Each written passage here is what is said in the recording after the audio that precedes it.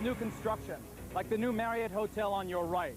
It's a Manhattan makeover, a cleanup, but it's also a holdup, because part of every single dollar spent on virtually every major construction project on this island is going right into the greedy, grasping hands of organized crime.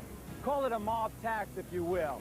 They get at least 2% of the $1 million overall cost. Plus, they get a cut from cement and building supplies, a cut from services, and a kickback from some of the unions involved. And guess who ultimately pays for these rip-offs? You do. We're talking big money in the big city, and not just this big city, because from coast to coast, the high-rise generation of modern mobsters is making money the old-fashioned way. They steal it. Tribune Entertainment and the Investigative News Group present the Geraldo Rivera Specials. Tonight, live via satellite from New York with reports from around the globe and across the country. Sons of Scarface, the new mafia.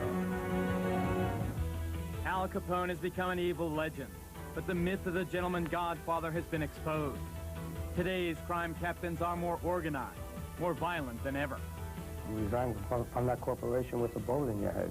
You'll see how they operate, how they're taking your money.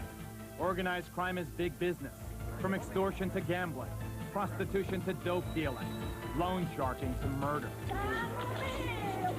I was told to hold the little boy in the living room. That's why they stabbed his father to death. And despite recent convictions, the evil empire is growing. We'll go to Sicily, where it all began, and where a mob war has drenched the island in blood. They killed my husband, and I will fight them until they are destroyed. Then we'll go inside the Cosa Nostra in this country to see the ruthless face of the American mob. Get that camera out of here before I ram it up your ass. Yeah. It's a face that's changing. Today it includes Colombian coke dealers, Chinese sex slavers, Jamaican murderers, and the Mexican mafia.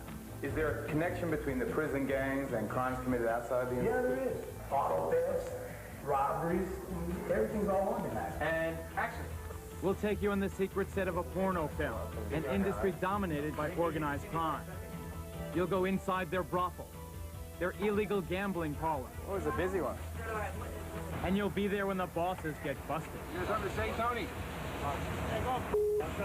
Tonight you'll witness a nationwide reality that is explosive, brutal, and shocking. Mr. Gotti? John?